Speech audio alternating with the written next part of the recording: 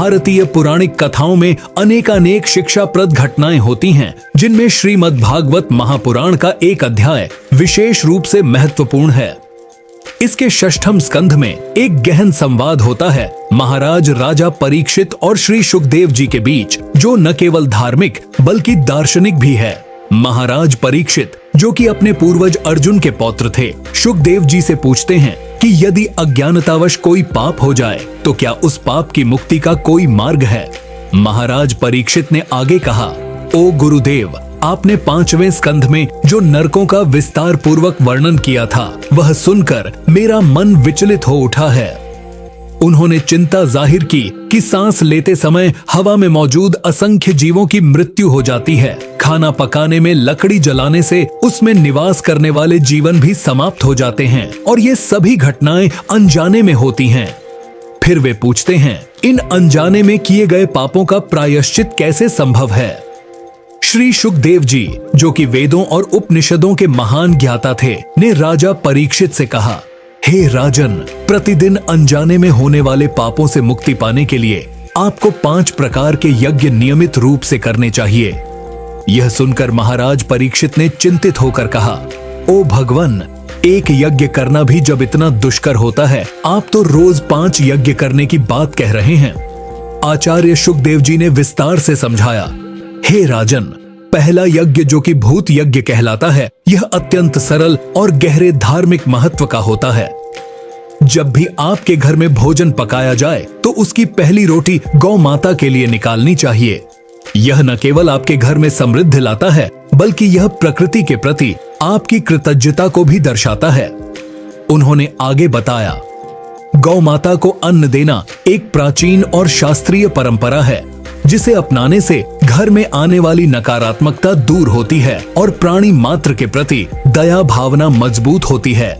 इससे आपके अनजाने में किए गए पापों का भी शमन होता है। इसीलिए हे परीक्षित, इस प्रथा को नियमित रूप से पालन करने से न केवल आपके घर में अन्न की वृद्धि होगी, बल्कि आपका जीवन भी धार्मिकता से परिपूर्ण होगा।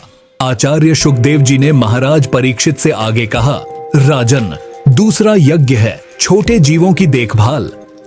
इस यज्ञ में आपको वृक्षों की जड़ों के पास प्रतिदिन 10 से 15 ग्राम आटा चींटियों के लिए छोड़ना चाहिए। यह नियम आपको धरती पर रहने वाले उन अदृश्य जीवों के प्रति आपकी कृतज्ञता को प्रदर्शित करता है, जिनकी जीवन शैली हमारी गतिविधियों से प्रभावित होती है। उन्होंने समझाया, इस साधारण कृत्य से न केवल आप छोटे जीवों को आहार प्रदान करते हैं, बल्कि यह आपके अनजाने में होने वाले हानिकारक प्रभावों को भी कम करता है।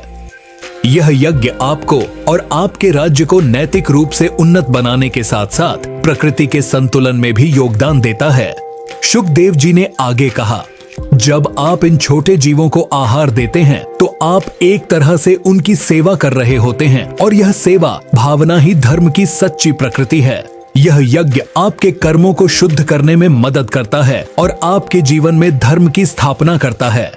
आचार्य सुखदेव जी ने आगे समझाते हुए कहा, राजन, तीसरे यज्ञ का संबंध पक्षियों के साथ है, जिसे वायु यज्ञ कहा जा सकता है।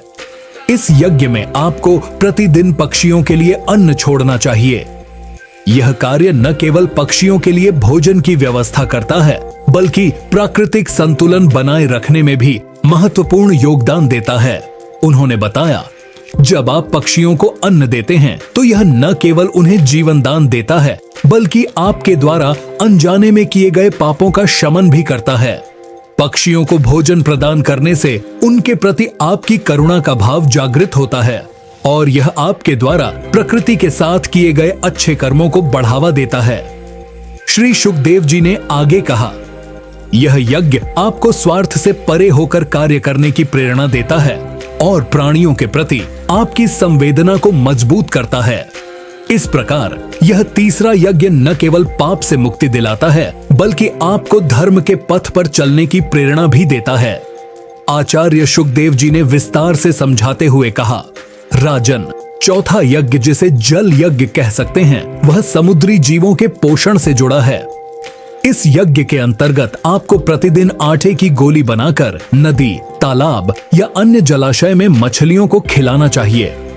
इससे न केवल जलीय जीवन को बचाने में मदद मिलती है, बल्कि यह कृत्य आपकी धार्मिकता को भी बढ़ाता है। उन्होंने आगे कहा, जब आप जल में आटे की गोलियां डालते हैं तो यह कर्म आपके जीवन में एक शांतिपूर्ण और पोषण युक्त संदेश जोड़ता है। जलीय जीव जैसे कि मछलियां इन गोलियों को खाकर न केवल भूख से मुक्त होती हैं, बल्कि यह कृत्य प्राकृतिक संतुलन को भी बनाए रखने में योगदान देता है। इस यज्ञ को करने से शुकदेव जी ने बताया, आप अनजाने में किए गए पापों से मुक्त हो सकते हैं, क्योंकि यह एक प्रकार की दान पुण्य की क्रिया है जो निस्वार्थ भाव से की जाती है। यह यज्ञ आपको प्रकृति के प्रति जवाबदेह बनाता है और आपके आध्यात्मिक विकास में सहायक होता है। शुकदेव जी ने विस्तार से समझाया, राजन, पांचवा और अंतिम यज्ञ जिसे अग्निहोत्र कहा जाता है, यह बहुत ही पवित्र और महत्वपूर्ण है। इस यज्ञ में जब भी आप भोजन बनाएं तो प्रथम रोटी को अग्नि को अर्पित करें। इस रोटी के टुकड़े करें, उनमें घी और शक्कर मिलाकर अग्नि को भोग लगाएं। इससे अग्नि देवता प्रसन्न होते हैं और आपके घर में समृद्धि और आरोग्य की वृद्धि होती है। उन्होंने आगे कहा, राजन, अतिथि सत्कार भी इसी यज्ञ का एक अंग है।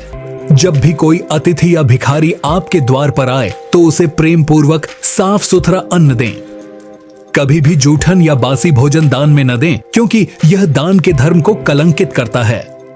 भिखारी भी भगवान का रूप होता है और उन्हें यथोचित सम्मान देना चाहिए। श्री शुकदेव जी ने विस्तार से समझाते हुए कहा, हे राजन, ये 5 प्रकार के यज्ञ जो मैंने आपको बताए हैं, इन्हें नियमित रूप से करने से अनजाने में हुए पापों से मुक्ति प्राप्त होती है। इससे हमें उन पापों का भार नहीं उठाना पड़ता और न ही उनके दुष्परिणामों का सामना करना पड़ता है। जैसे दैनिक जीवन में अनेकों बार हमसे छोटे मोटे पाप हो जाते हैं, जैसे कि चींटी का अनजाने में कुचल जाना या भोजन पकाते समय लकड़ी में रहने वाले कीटों का जल जाना। इन सभी पापों के फल से बचने का एक ही उपाय है, नियमित रूप से यज्ञ करना।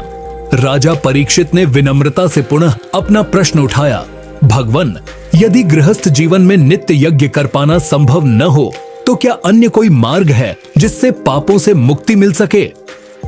इस पर श्री शुकदेव जी ने गंभीरता से उत्तर दिया, हे राजन, नरक से मुक्ति के लिए अनेक प्रकार के प्रायश्चित होते हैं। कुछ साधक तपस्या द्वारा, कुछ ब्रह्मचर्य का पालन करके और कुछ यम, नियम और आसन के माध्यम से प्रायश्चित करते हैं।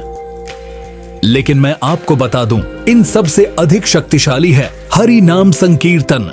उन्होंने आगे कहा, केवल हरि नाम संकीर्तन से ही हम जाने और अनजाने में किए गए पापों को पूर्णतः नष्ट कर सकते हैं। इसलिए हे राजन, यदि नित्य यज्ञ करना संभव न हो तो नियमित रूप से हरि नाम का जप करें। इससे न केवल पापों से मुक्ति मिलेगी, बल्कि आपकी आत्मा को भी शांति प्राप्त होगी।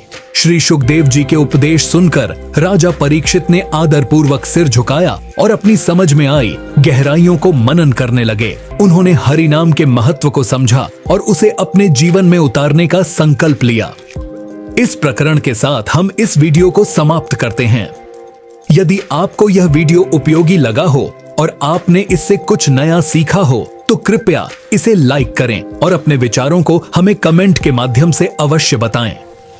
इस तरह के और अधिक रोचक विषयों पर वीडियो देखने के लिए हमारे चैनल को सब्सक्राइब करना न भूलें। धन्यवाद।